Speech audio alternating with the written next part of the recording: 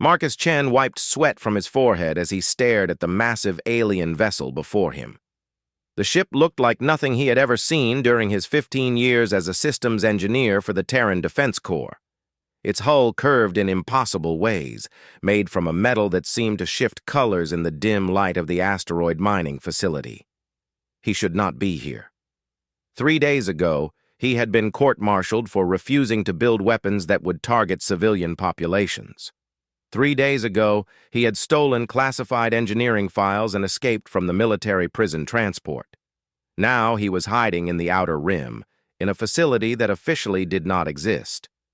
The alien ship had been here for months, according to Zara, the facility manager who had found him floating in an escape pod. She was a tough woman with scars across her neck and arms that spoke of hard living on the frontier.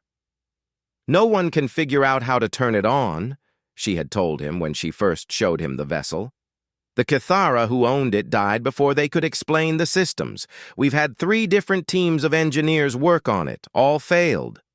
Marcus ran his hand along the ship's hull. The metal felt warm under his touch, almost alive. He had spent the last 2 days studying every inch of the vessel, mapping its internal systems, trying to understand how an alien mind might approach engineering. The Cathara were known throughout the galaxy as master builders. Their ships could travel faster than anything humans had ever created. Their weapons could punch through shields that stopped human plasma cannons. Their technology was so advanced that most species considered it close to magic. But Marcus saw patterns. Everything had patterns if you looked hard enough. The ship was roughly the size of a human frigate, but it had no visible engines, no weapon ports, no communication arrays.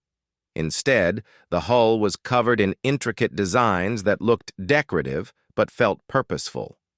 When he traced his finger along these patterns, some sections would glow softly for a few seconds before fading. "You're wasting your time," called out Jepson, one of the miners who worked the asteroid belt around this facility. He was a large man with cybernetic arms that could crush steel. "That ship is dead. Has been for months." Marcus ignored him. He had spent his career solving problems that other people said were impossible. The Terran Defense Corps had valued his ability to fix broken systems and improve designs that had flaws, until he had refused to create weapons designed to kill innocent people. He climbed through the ship's airlock, which had been forced open by the previous engineering teams. The interior was just as strange as the exterior.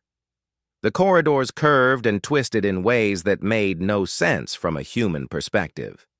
There were no right angles anywhere. Everything flowed together like the inside of a living organism. The control room was at the center of the ship. It contained a single chair surrounded by dozens of curved panels covered in symbols that shifted and changed when he looked at them directly. Previous engineers had installed human monitoring equipment throughout the room, trying to map the ship's power systems. Marcus reviewed their reports on his portable computer. Team 1 had tried to apply human engineering principles to the alien systems. They had failed because they assumed the ship worked like human technology. Team 2 had brought in xenoarchaeologists who understood Cathara culture. They had failed because they treated the ship like an artifact instead of a machine. Team 3 had included the galaxy's leading experts on alien technology. They had failed because they overcomplicated everything. All of them had missed something basic. Marcus sat in the alien chair and looked at the control panels. The symbols on the displays reminded him of flowing water or growing plants. Nothing looked like switches or buttons or any kind of interface he recognized. He closed his eyes and thought about the problem differently. Humans built machines to be controlled. Every human system had clear inputs and outputs, switches and displays, ways to tell the machine what to do, and ways for the machine to tell the user what was happening. But what if the Cathara built machines to be communicated with instead of controlled? Marcus opened his eyes and reached toward one of the curved panels. Instead of trying to find buttons or switches, he simply placed his palm flat against the surface. The panel grew warm under his touch, and the symbols began to move faster. He could feel something, a presence, like the ship was aware of him. For the next 6 hours, Marcus explored this feeling. He discovered that different panels responded to different types of touch. Some wanted firm pressure, others responded to light contact. A few seemed to react to the temperature of his skin or the electrical signals from his nervous system. Slowly, he began to understand that the ship was not broken. It was sleeping. The Cathara did not build machines that could be turned on and off like human technology. They built machines that were alive in some way, that had to be awakened and convinced to work. The ship needed to trust whoever was trying to operate it. This made sense from what Marcus knew about Cathara culture. They believed that all technology should be in harmony with its users. They did not create tools to dominate their environment, but to work together with it. As evening approached, Marcus made a discovery that changed everything. In a small chamber near the ship's core, he found a section of wall that looked different from everything else. When he pressed his hand against it, a panel slid away to reveal a complex network of organic-looking cables. The cables were not metal or polymer. They looked almost like nerves or blood vessels. Some were thick as his arm, others were thin as hair. All of them converged on a central hub that pulsed with a faint blue light. Marcus realized he was looking at the ship's brain.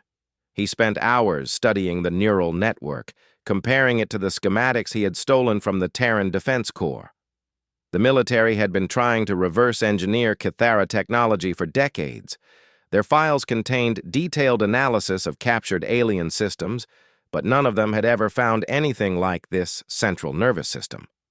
Most of the neural pathways were dark and inactive, but a few still carried faint electrical signals.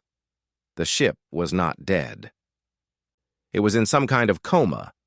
Marcus traced the pathways backward from the central hub. Most led to systems throughout the ship: propulsion, navigation, life support, communications. But one thick bundle of neural cables led to a small chamber he had not yet explored. The chamber contained what looked like a suspended animation pod. Inside was a Cathara. The alien was tall and thin, with 4 arms and skin that looked like polished stone. Tubes connected the pod to the ship's neural network. The Cathara was not dead. Life support readings showed stable but very slow biological functions. Marcus understood immediately. This was not just a ship. It was a living system that included both biological and technological components. The Cathara was not the ship's pilot. The Cathara was part of the ship itself. He studied the pod systems for hours. Most of the life support was working correctly, but one critical system was offline. A neural interface that connected the sleeping Cathara to the ship's consciousness had been damaged, probably during whatever incident had brought the ship to this asteroid facility. The damaged system was unlike anything in human technology, but Marcus could see how it was supposed to work. The interface used a combination of bioelectric fields and quantum entanglement to link the Cathara's brain directly to the ship's neural network. Marcus had the knowledge to repair it. His stolen files included cutting-edge research on human-computer interfaces that used similar principles. But making the repair would require him to bypass several safety systems and make modifications that could kill the sleeping alien if he made a mistake. He thought about his options. He could walk away and let the ship remain dormant. He could try to wake the Cathara and risk killing them. Or he could try something no human had ever attempted: connecting himself to an alien neural network to understand how the systems were supposed to work together. The choice became clear when Zara's voice came over the facility's communication system. "Marcus, we have a problem. Long-range sensors are picking up a Terran Defense Corps patrol fleet. They're 6 hours out and heading straight for us." Marcus felt his heart rate increase. The military had found him. In 6 hours, they would arrive and arrest him.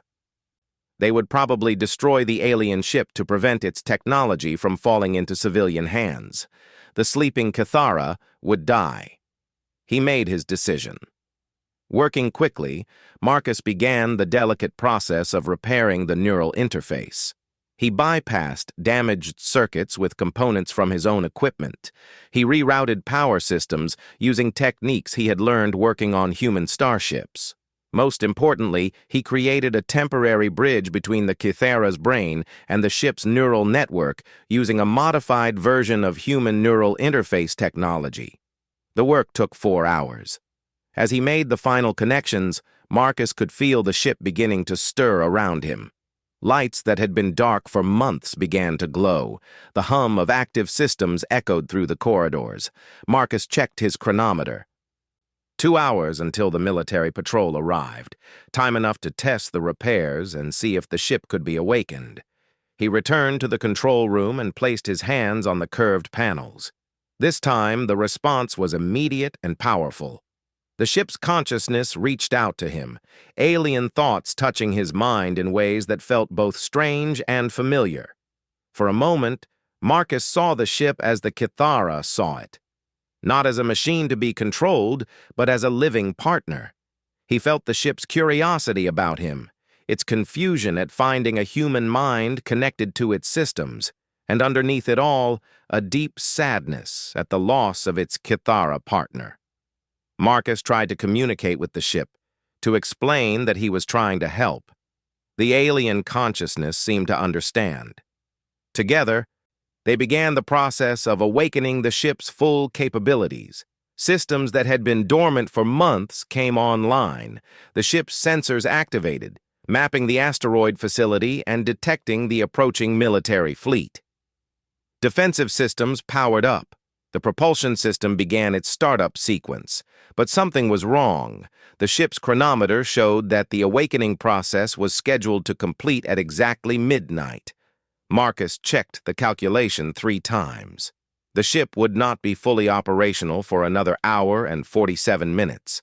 The Terran Defense Corps fleet would arrive in less than 2 hours.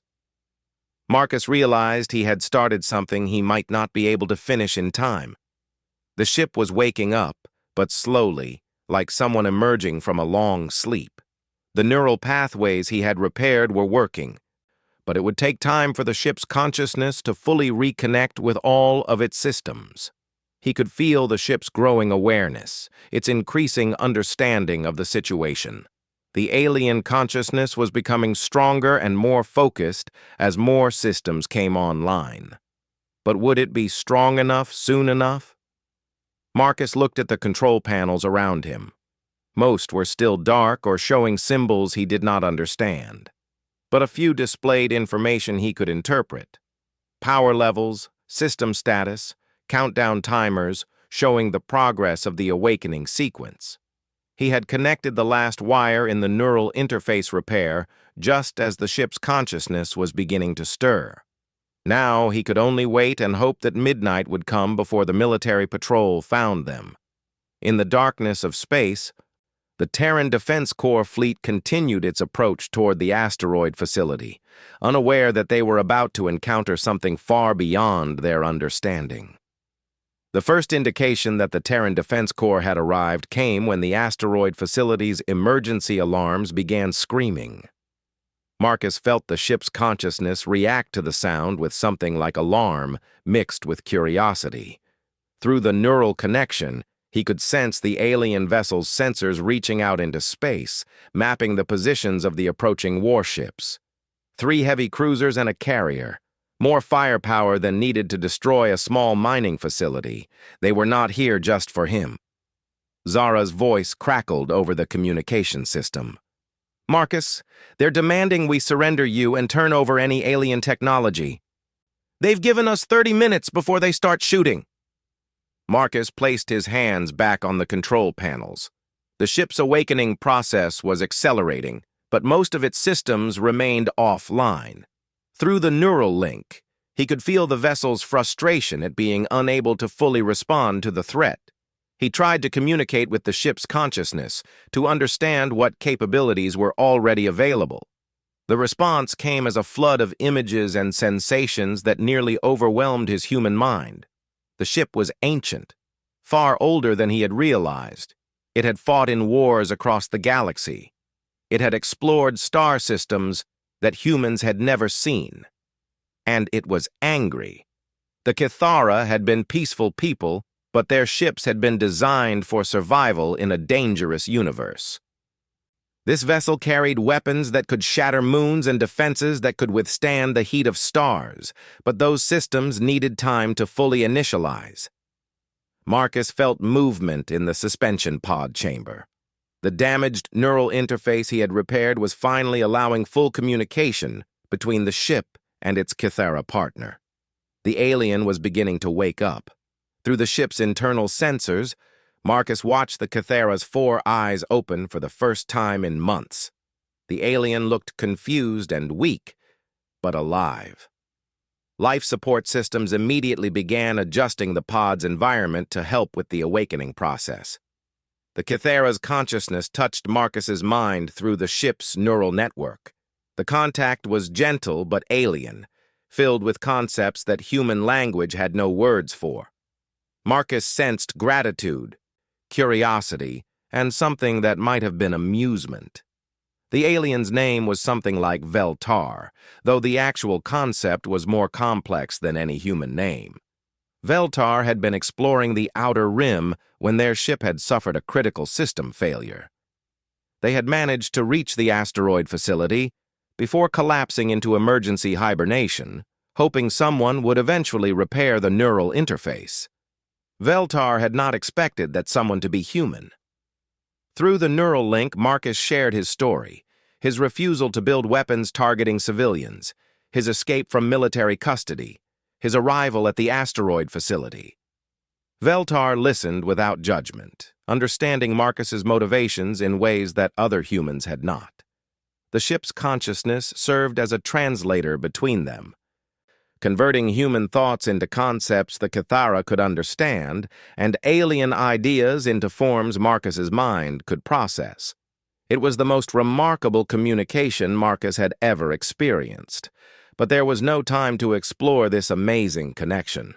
The Terran Defense Corps ships were moving into attack positions around the asteroid facility. Marcus could see them through the ship's sensors, sleek human vessels with sharp angles and visible weapon arrays, so different from the flowing curves of Kithara design. Veltar shared tactical information through the neural link. The human ships were powerful by galactic standards, but crude compared to Kithara technology. Their shields relied on brute force energy projection. Their weapons used simple plasma acceleration. Their sensors could be fooled by fairly basic camouflage techniques. But the Kithara ship was still not fully operational. Only about 60% of its systems were online. The main weapons would not be ready for another 20 minutes. The defensive shields needed 15 minutes to reach full power. The propulsion system required 12 minutes to complete its initialization sequence. The human fleet would begin its attack in less than 10 minutes. Marcus studied the tactical situation through the ship's sensors. The Defense Corps vessels were positioning themselves to surround the asteroid facility. They clearly intended to prevent any escape while maintaining maximum firepower coverage. It was a textbook military maneuver, exactly the kind of strategy Marcus had studied during his years in the service. But Marcus had not just been an engineer in the Terran Defense Corps. Before his transfer to systems design, he had served 3 tours as a combat electronics specialist. He knew how human ships operated. More importantly, he knew their weaknesses.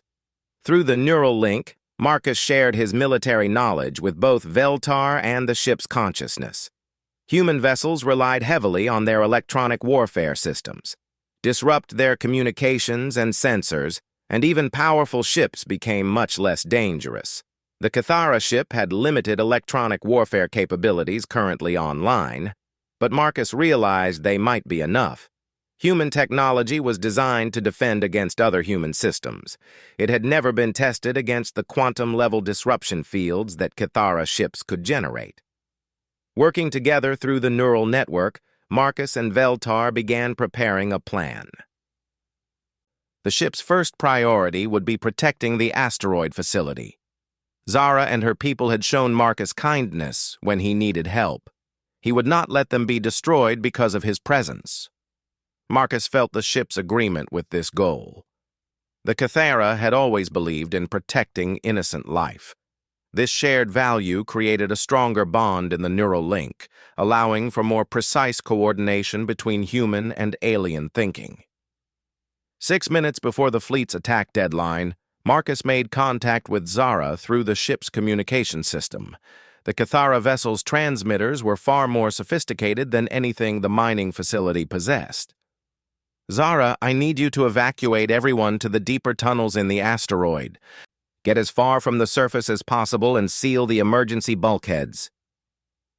"What are you planning?" she asked. "Something that will either save us all or get us all killed faster." Marcus could hear people moving in the background of Zara's transmission. The facility's crew was already preparing for battle. These were tough people who had chosen to live and work in the dangerous outer rim. They would not go down without a fight.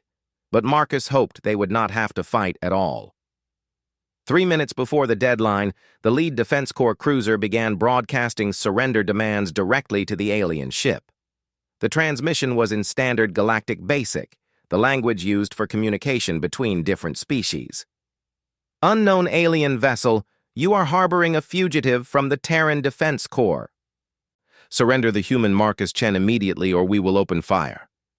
Marcus and Veltar exchanged amusement through the neural link.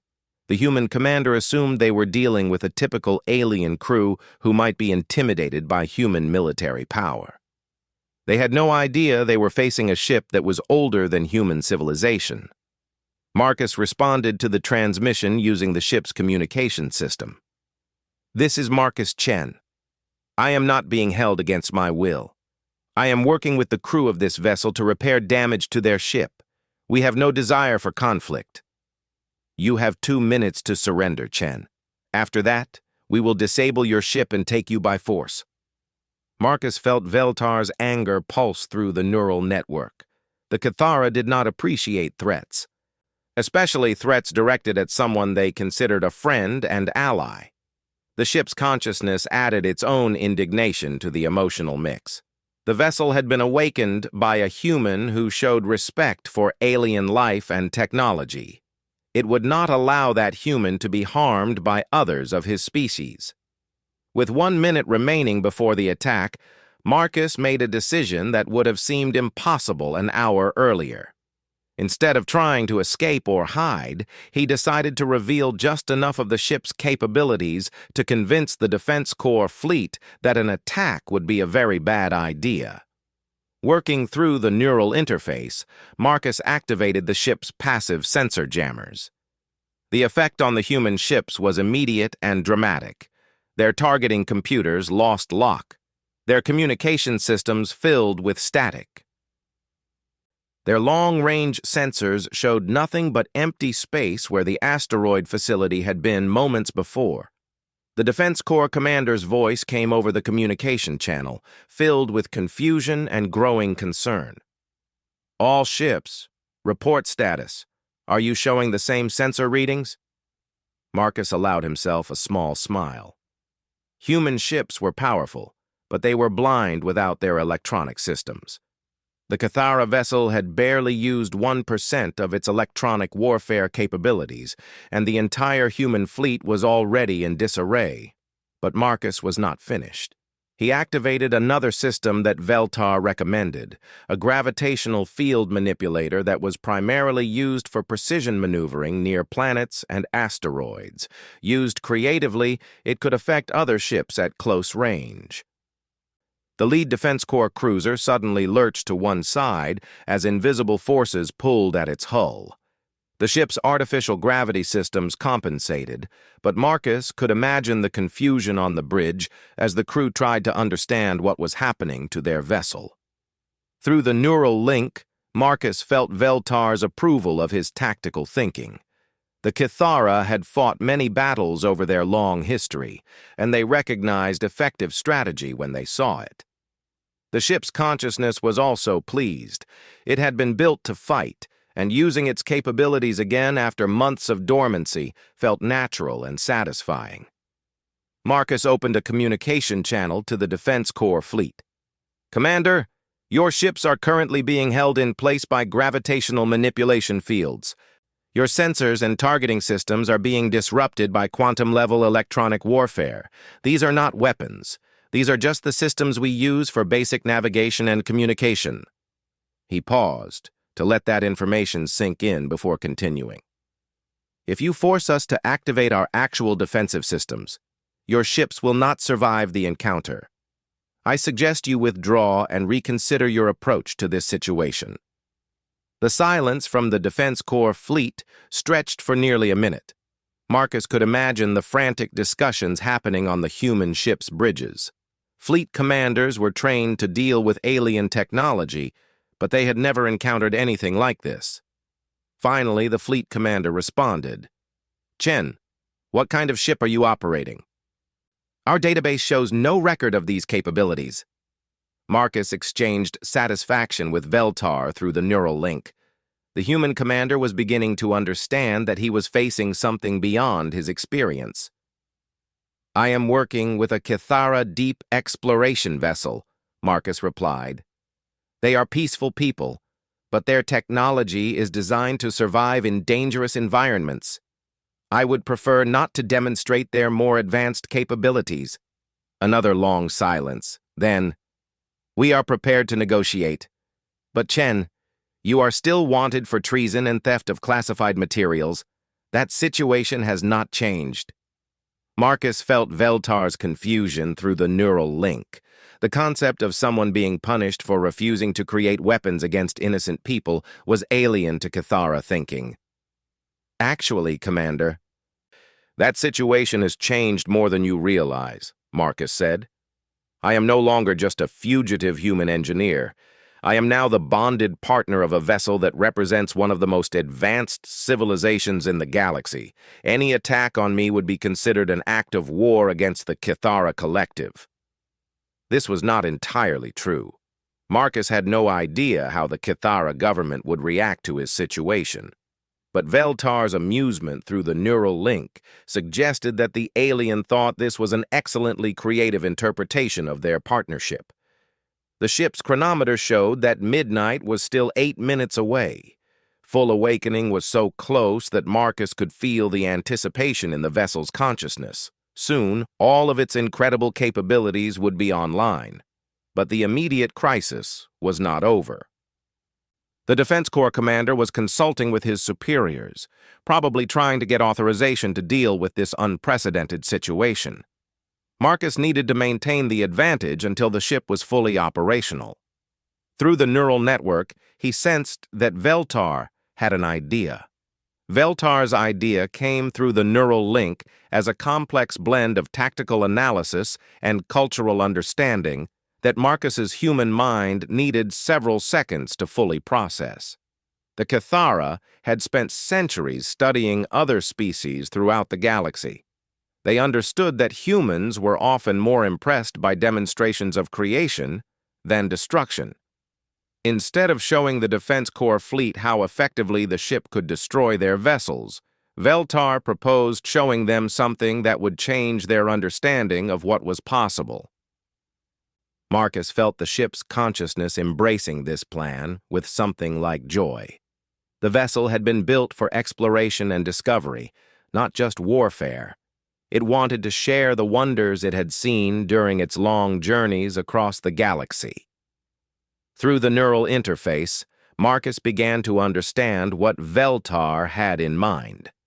The ship's manufacturing systems were coming online as part of the awakening process. These were not simple fabrication units like those on human vessels. They were reality manipulation systems that could create matter from energy and reshape it at the molecular level. "Commander," Marcus said over the communication channel, "I would like to offer you something, not a threat but a gift.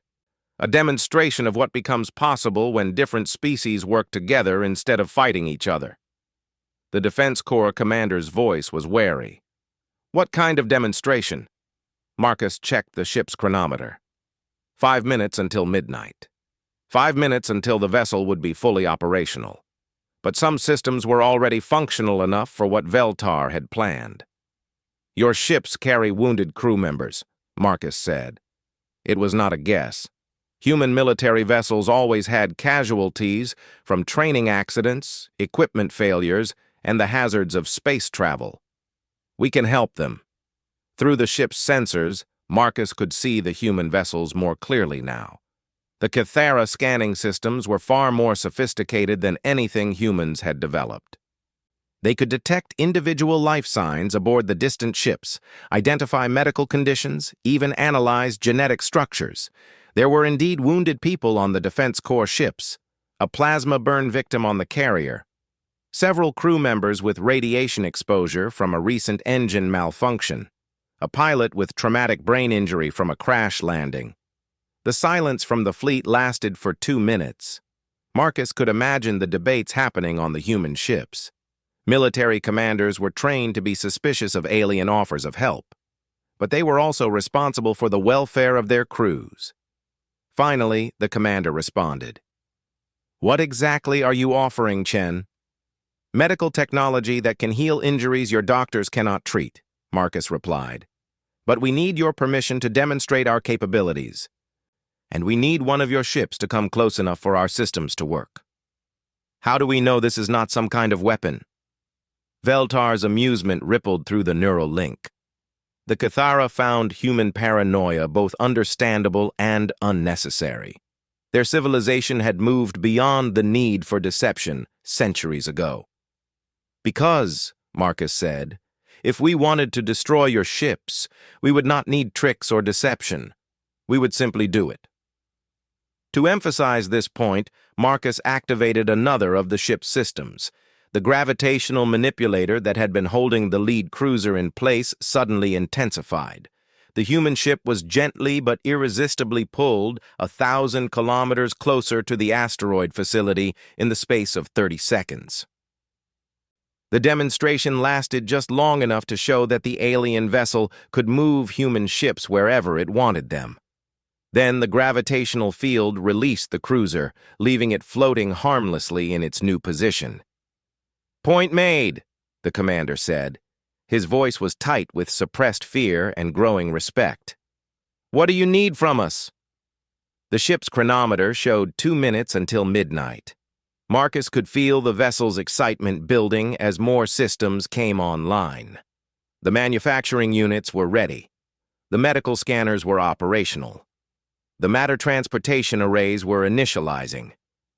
"Send your most seriously wounded crew member to the cargo bay of your nearest ship," Marcus instructed. "We will demonstrate what our medical systems can do." Through the neural link, Marcus felt Veltar moving carefully out of the suspension pod.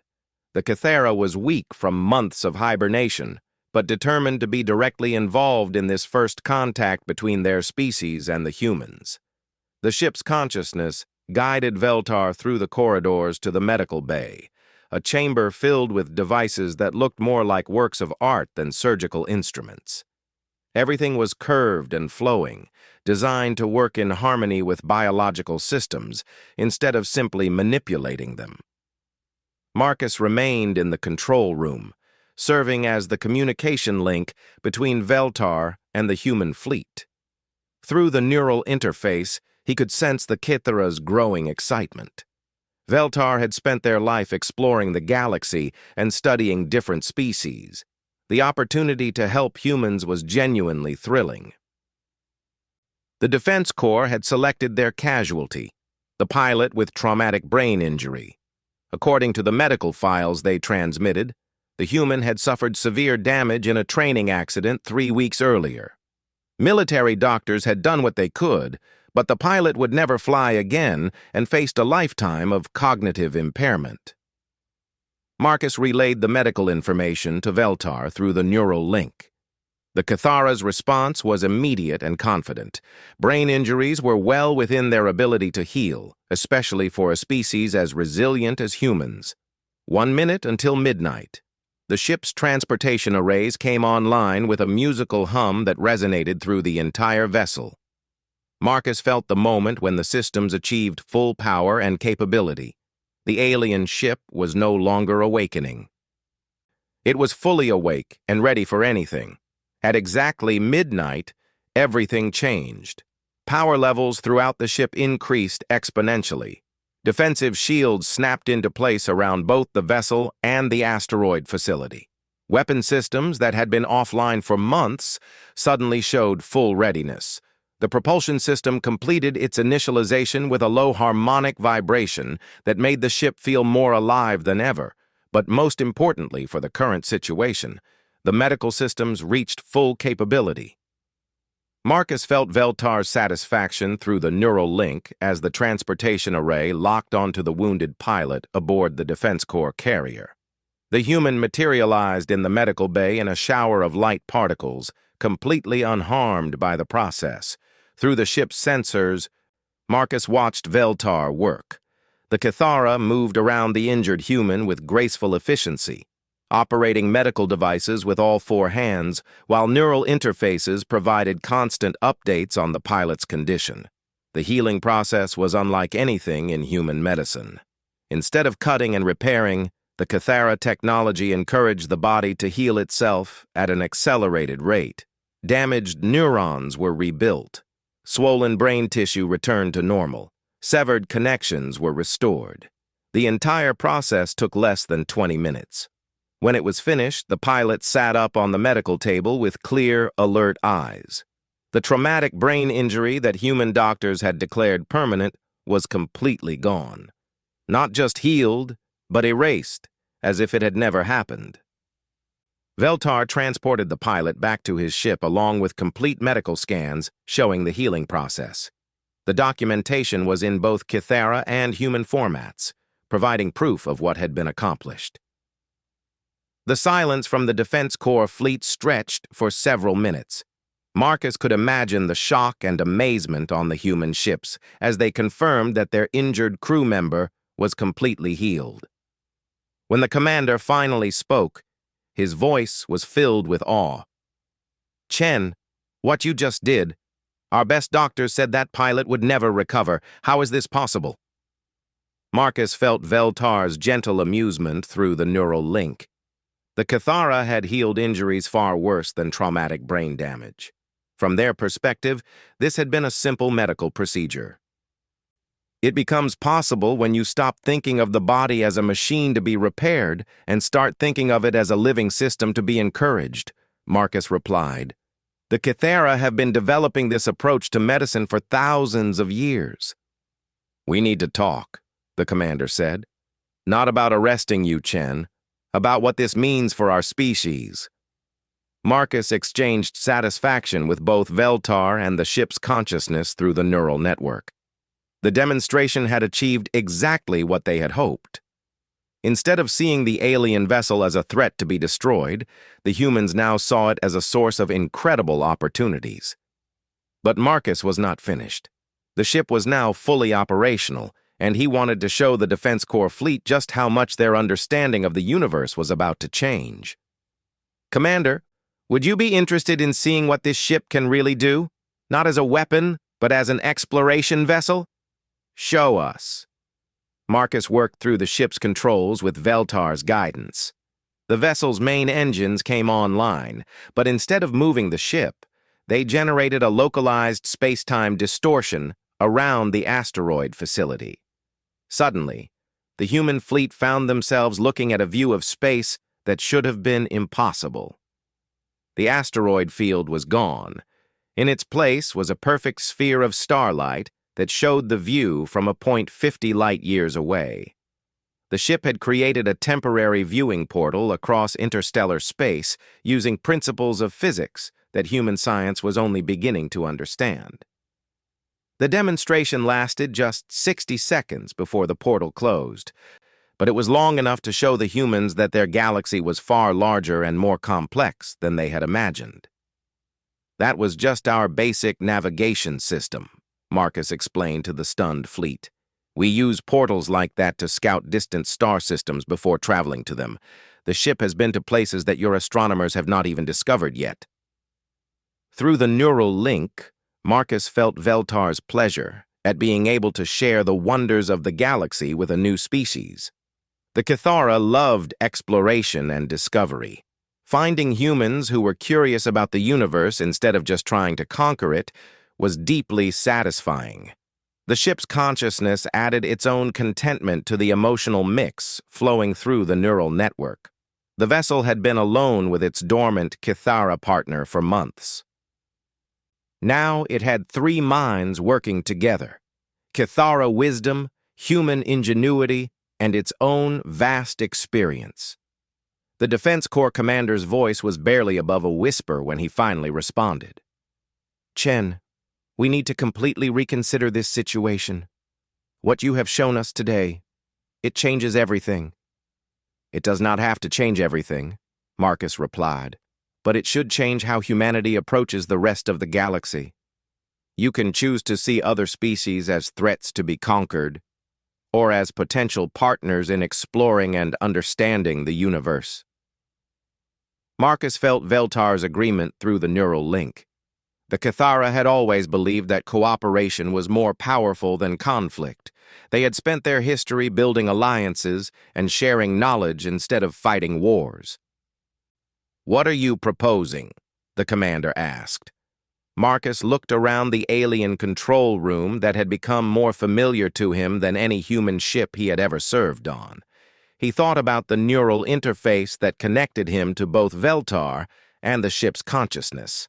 He considered the incredible medical technology that had just healed a human injury that military doctors had declared impossible to treat. Most importantly, he thought about the choice he had made 3 days earlier when he refused to build weapons designed to kill innocent people. "I am proposing that you return to Earth and tell your superiors that humanity has an opportunity to join a galactic community based on cooperation instead of conquest. Tell them that there are species out here who judge others not by their military power, but by their willingness to help instead of harm." Marcus paused to let Veltar add their thoughts through the neural link. The Kithara's perspective flowed into his mind. Centuries of peaceful contact with dozens of species, shared knowledge that had benefited entire civilizations, exploration of wonders that no single species could have achieved alone. "Tell them," Marcus continued, "that the fugitive engineer they sent you to arrest has found something more valuable than any weapon or conquered territory. He has found friends among the stars." The Defense Corps fleet remained in position around the asteroid facility for 6 more hours. During that time, Marcus and Veltar worked together to heal every injured crew member on the human ships. They shared star charts showing safe routes to systems humans had never visited. They provided technological solutions to problems that human engineers had been struggling with for decades. Most importantly, they demonstrated that cooperation between different species was not just possible, but incredibly rewarding for everyone involved. When the fleet finally departed, they carried with them a complete record of everything they had witnessed. The ship's sensors tracked their hyperspace jump back toward human territory, carrying news that would revolutionize humanity's approach to galactic politics. Marcus remained aboard the Kithara vessel as it departed the asteroid facility. Zara and her crew had decided to join them as the first humans to formally ally with Kithara exploration missions. The mining facility had been converted into a permanent base for interspecies cooperation. Through the neural link, Marcus felt the ship's joy at having a purpose again. Veltar's contentment at finding new friends among a species they had never encountered before. And underneath it all, a sense of infinite possibility. The galaxy was vast and full of wonders. There were civilizations to meet, mysteries to solve, and knowledge to be shared. The fugitive engineer who had connected the last wire in an alien neural interface had unknowingly started humanity's first steps toward becoming a truly galactic species. As the ship jumped to hyperspace, beginning a journey toward the Kithara homeworld, Marcus realized that his court-martial and escape from military custody had led him to something he had never expected to find. He had found his place in the universe, and the universe was far more amazing than any human had ever imagined.